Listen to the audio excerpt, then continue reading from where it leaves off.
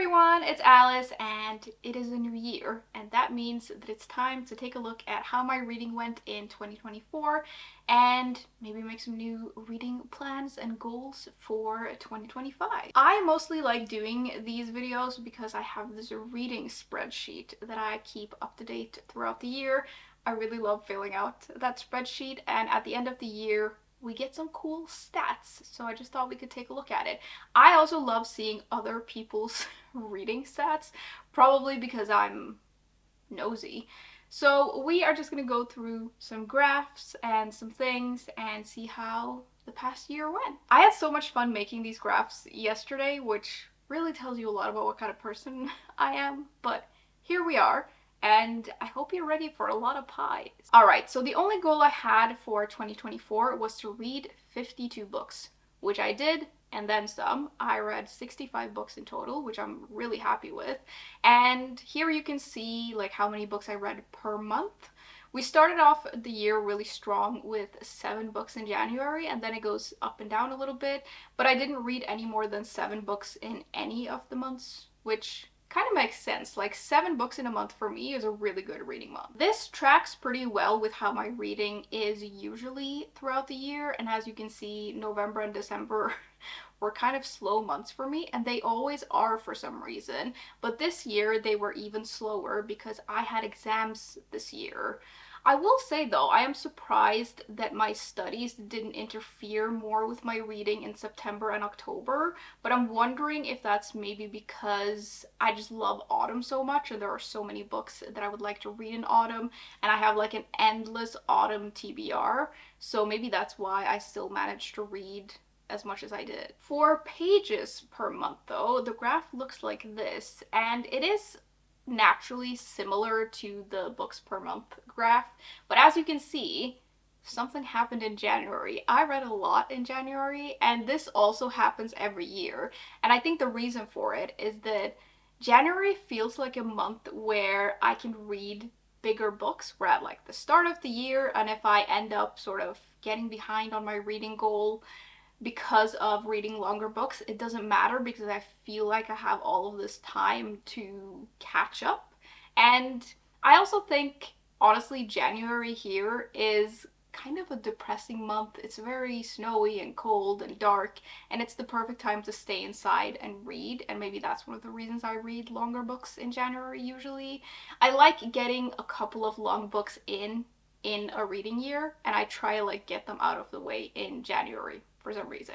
I should be able to read long books anytime, but like for some reason January is like the month for that for me. Overall, I would say that I'm pretty happy with both the number of books I read and the number of pages, although to be honest, I'm not that bothered about it. It's not like if the number was low that I would care that much, because at the end of the day it is just reading. But I do really like reading, and I would like to read as much as possible, so whenever I do well, I am happy with it.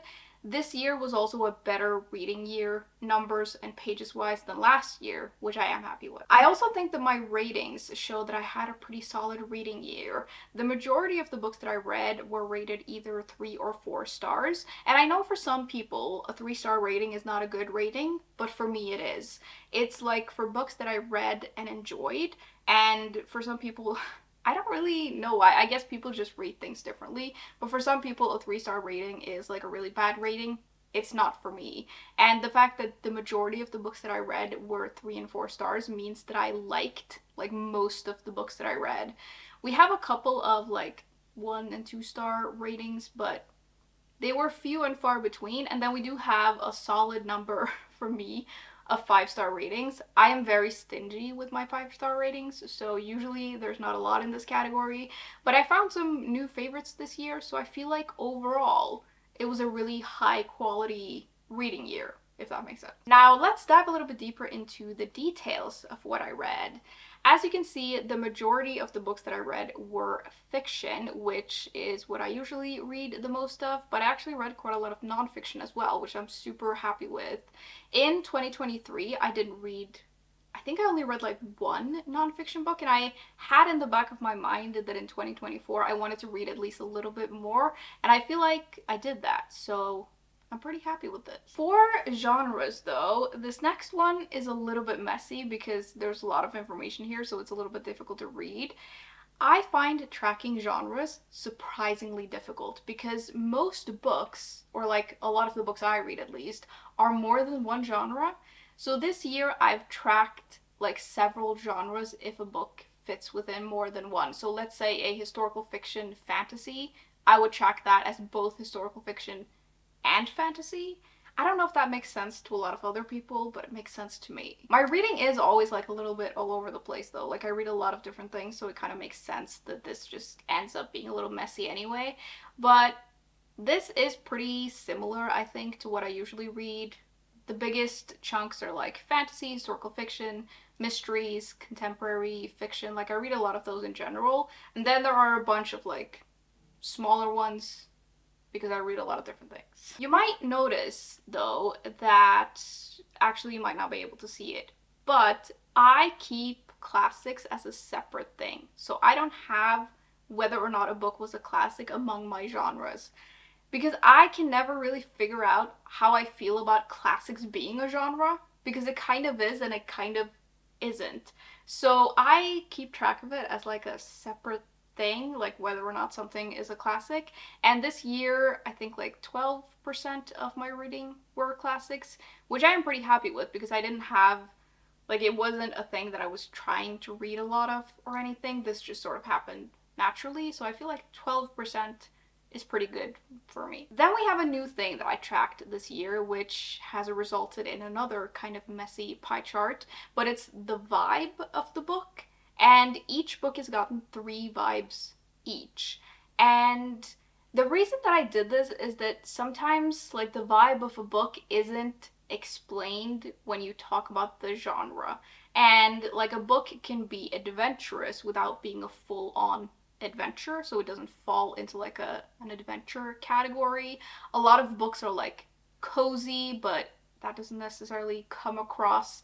And this actually helps me quite a lot when I'm recommending books, which is one of the reasons that I wanted to track it, because when I make recommendation videos, like, sort of knowing the vibe of the book or being able to look at the spreadsheet and look at it really helps me because sometimes I forget. I read a lot of books and I can't remember everything. I definitely read a lot of books with mysterious vibes, which kind of makes sense because I do read a good chunk of mystery books. And then we have like cozy, dark, atmospheric, tense, things like that. And then there are a bunch of like smaller ones. Looking at this, I am a little surprised that the gothic one isn't higher because I love reading gothic books, and this actually reminds me that I should read more next year because I don't know why I haven't read more books with gothic vibes this year, but I love them. I've also kept track of what season the book is set in, which is a new thing that I've kept track of for this year, which was a lot of fun. About half of them are not specified, so the book doesn't say what season it's in, and then some of them are like set year round, but some of them are also set specifically in a season, so I've marked them as that. This again helps me when I'm making recommendation videos because sometimes I forget what season it's set in, but then I want to recommend like a book set in a particular season. It helps me. Then we have the settings of the books, which I've tracked by continent. I think next year I also want to make note of like what country it's set in. I didn't do that this year, but I think I want to do it in 2025. But here you can see that like most of the books that I read are set in Europe. A big chunk is set in North America. I also have a chunk for fantasy world, which is kind of self-explanatory. And I really like looking at this. I would like the other continents to be a little bit bigger next year, I think. And then I also think it would be cool to have read at least one book that's set in space, so I can add space to this just for fun. Lastly, we have a couple of other little things that I'm just gonna run quickly through. I read books in both Norwegian and English, and I keep track of that. And a very small sliver of the books that I read this year were in Norwegian, but I'm actually quite happy with this because a few years ago, I didn't read any books in Norwegian. Like, I completely fell out of the habit. All of the books that I read were in English, and so for a lot of years I actually had a reading goal to like read at least a few Norwegian books each year, and now it's become a habit, so I'm pretty happy with this. I'm glad that I'm reading anything in Norwegian at all. Speaking of languages, 14% of the books that I read were translated, which is pretty cool. I always want this to be a little bit bigger. Like 14-15% is where it usually is in my reading year, but I think I would like it to be maybe closer to 20. One of the reasons is that I just really like reading translated books, and I find that I very often rate translated books higher for some reason. I don't know, I just really like them, so I should read more of them. 3% of my reads were rereads, which again, it's quite a small sliver. But again, I'm just happy there's something here because I'm really bad at rereading, so I'm glad that I got to any rereads this year. And I actually also really enjoyed rereading the books that I reread, so I'm happy with this. Then lastly, we have what format I read the book in. So I track if I've read them in like a paper format, if I have listened to them on audiobook, and then I got an e-reader in the middle of the year, so I added ebooks to this. The thing with this though is that this isn't entirely accurate because some of the books that I read this year were a mix. So I read them both as a paper book and as an ebook, and I sort of switched between. And most of those I just marked as paper because I had them physically, and that isn't entirely accurate, I guess. So I think next year I want to add like a mix category. And yeah, I also didn't listen to any audiobooks this year. You know what? I think I'm giving up on audiobooks. I keep trying them and I just cannot get into them for whatever reason. So I think I'm just gonna leave it alone and just... I mean, I'll keep it in my spreadsheet just in case I listen to an audiobook, but I don't know. They're just not for me. That was kind of what I had for 2024 though, and like I mentioned, I feel like I had a really good reading year, and I'm actually surprised that it went so well, especially the last half of the year, because I went back to school, and I really thought that my studies were gonna interfere more with my reading than it did. My studies are kind of technical though, so we don't have a lot of school books, so I'm not like sitting and reading a lot in the same way that some studies are. And I think maybe that's one of the reasons that I still really enjoyed reading, because it's like a way to relax for me. I think the only difference is that sometimes, like on some days, after both work and doing school in the evening, all I can do for like an hour before bed is stare into the wall because there's nothing in here. But that didn't happen as much as I thought it would. Anyways, that's kind of a wrap on 2024. Now let's look at my goals for 2025. I only have one reading goal this year, and it's the same one that I had last year, which is to read 52 books. Last year was actually the first year in a while that I actually made a specific number reading goal. The years prior to that, I just put it at 0 because I just felt like the pressure really got to me and I got really stressed if I fell behind. But in 2024, it really worked to have 52 books. It pushed me a little bit, but I still enjoyed it, and I feel like I read a decent amount in the year, so I'm like happy with it. So we're gonna try 52 books this year as well. I am aware that this year I have 2 rounds of exams, like it's a full school year, I guess.